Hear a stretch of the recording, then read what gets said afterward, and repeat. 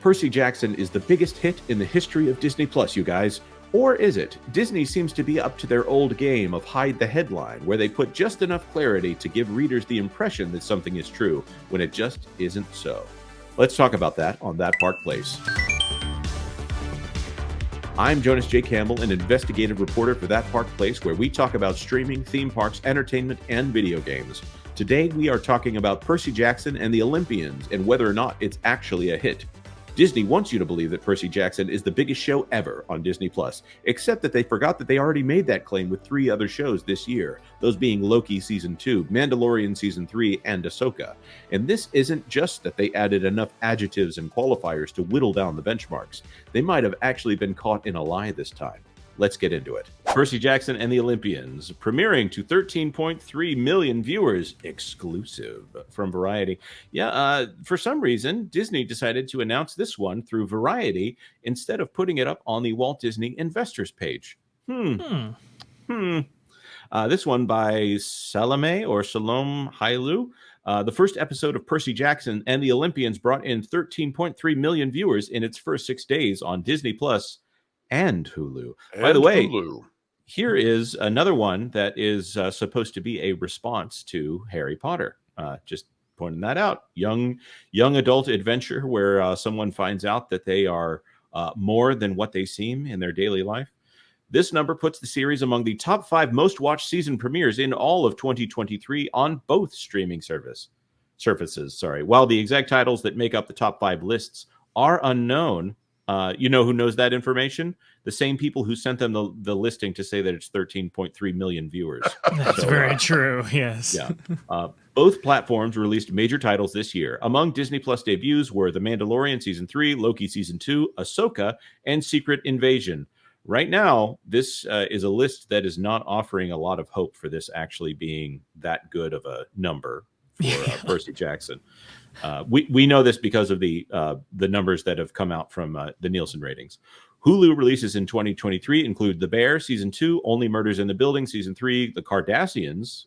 I get those two mixed up all the time. Seasons 3 and 4, American Horror Stories, and the Season 3, Futurama reboot, and more. 13.3 million viewers in 6 days marks an impressive showing for Percy Jackson. For comparison, previously released premiere statistics from Disney Plus include, again, these are few and far between, so Disney only releases them when they think they can spin something from them, which reached a slightly higher 14 million viewers in a slightly shorter 5 days of viewing.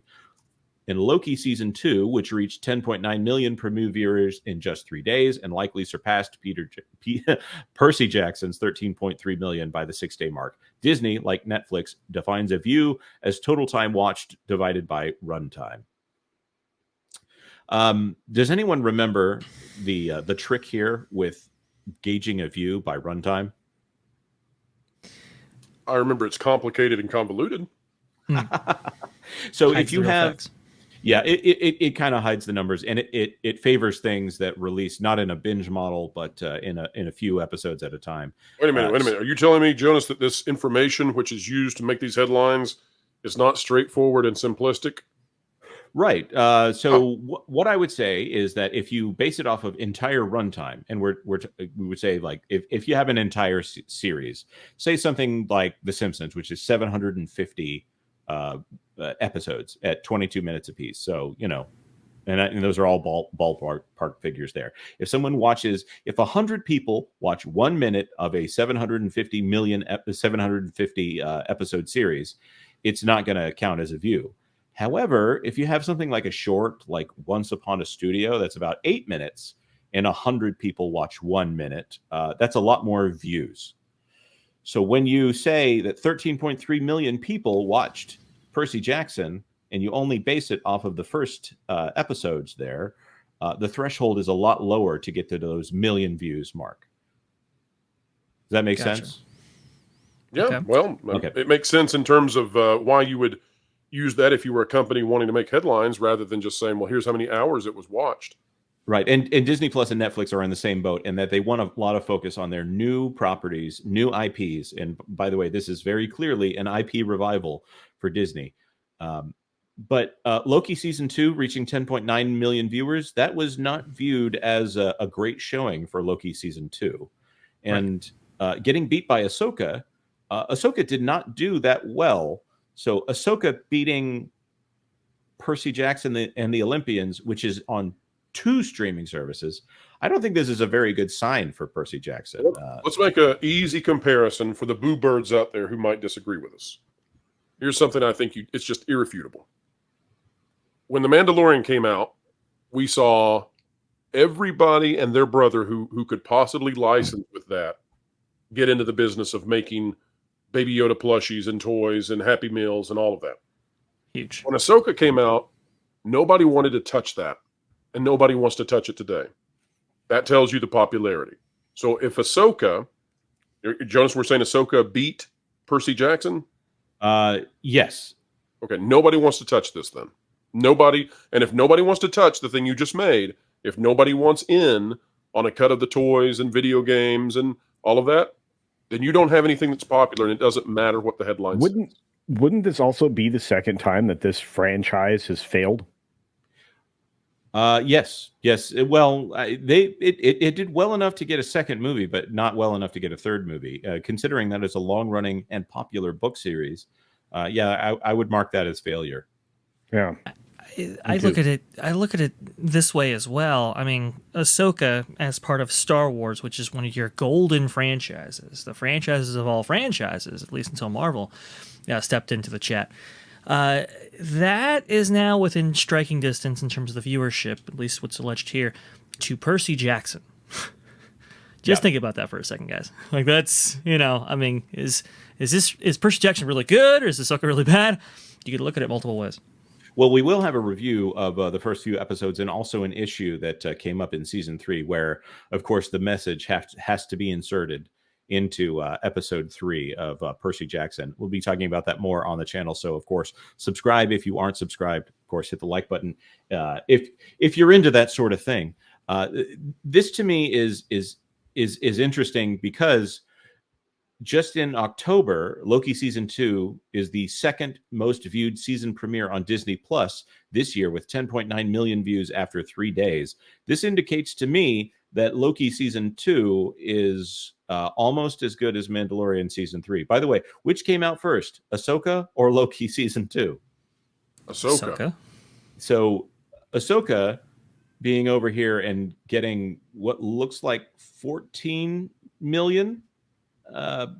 I'm very confused as to why all these metrics that Disney is in charge of are coming out here. Am I missing something here? Am I counting something incorrectly? For comparison, yes, you're trying to use real numbers instead of crap. Yeah. Once you understand we're dealing with crap, who can make heads or tails of this? Disney can't even stay consistent, it seems. Right. Who knows? Who knows? This reminds me, Jonas, of when they put out the articles about The Little Mermaid was the biggest movie of the year on Disney Plus. No, it's not just the biggest movie of the year. It's the biggest movie, period, on Disney Plus. And now all the people, all the sycophants, as Culture said, they were shouting, "You idiots, you thought Little Mermaid was bad, but it's a streaming darling." And then you read at the very bottom of that article, and in fine print, in font size 8, in italics, maybe even Comic Sans, who knows, maybe Wingdings, it said, "Since Hocus Pocus 2. So the headline said biggest movie ever, whole article, and at the bottom it said since Hocus Pocus 2, which meant that The Little Mermaid debuted lower than Hocus Pocus 2. And right. That's how I feel trying to parse out what's real from these Disney press releases. Which just shows that Disney does not understand where their actual nostalgia lies. No, they don't. They don't seem to understand where their audience lies. I mean, let's just stay there, because if they think that it's the Disney adults that are going to keep them a going concern for the next 30, 40, 50 years to get, to 150 years of existence, they are sorely and sadly mistaken.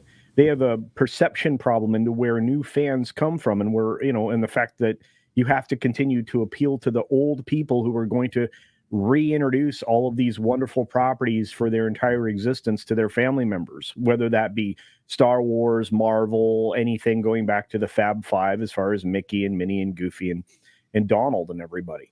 You have to have that, or you don't have future fans. And if your appeal is to, let's say, childless people, double income, no kids, if to people that don't reproduce and all this other stuff, you're not going to have fans in the future, folks.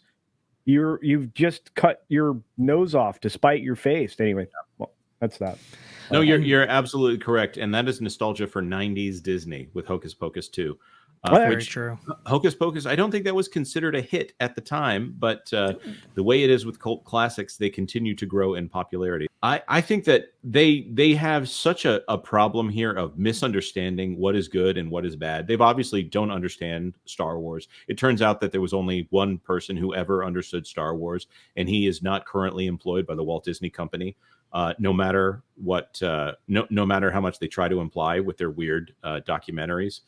I just want to point out a couple more shenanigans here, again, focusing on the idea that Disney controls all of these metrics and they could have put forward whatever metrics they wanted. Only the first episode of Percy Jackson counted towards the viewership total, though 2 episodes were released at once on December 19th. Totals for Ahsoka and Loki season 2 also included 1 episode. Viewership across both Disney Plus and Hulu counted towards the total, though only the first episode is available on Hulu. Episode 2 streams exclusively on Disney Plus, as will the rest of the season. This makes it the most watched premiere of all time for Disney branded television, which when you say Disney branded television, I think that this is a phrase that is meant to confuse the audience into thinking across Star Wars, Marvel, Lucasfilm in general, and Pixar and all of this stuff. There's not much else that is listed as Disney branded television that is on the streaming It's service. just more trickery. You know, it's just, this is sophistry. This is a facade that has nothing behind it. They do this over and over. That's why I brought up the Little Mermaid story. I did so humorously, but I'm also relaying to you accurately what it did. It buried at the end since Hocus Pocus 2. This thing, it's the biggest show on Disney Plus you've ever seen. Yeah. Branded by Disney Television. It's like, you know. Well, and what's funny is Variety is breaking their back to sell this to you. Yeah, they are bending over backwards in a way that they literally must not have spines. Oh wait, I'm sorry, it's a trade mag, but this is ridiculous, and it is a facade. And and okay, so we, on my channel, we explain entertainment, keep you ahead of the culture curve. That Park Place is doing that now as well. Culture's great at it. I just want to explain to the folks why the trades do this, in my estimation. Because many of you out there may say, well, why are they doing this for Disney? Why do they carry the water for them? And the answer to that, I would say, is because for years and years now, Disney has subsidized the rest of the entertainment industry. And so all their artsy-fartsy award show fodder, that was all being subsidized by the House of Mouse, which put these billion-dollar blockbusters into theaters, and then these other things could happen, and they got to go to the theaters, but they can't. Those things on their own can't hold the box office afloat.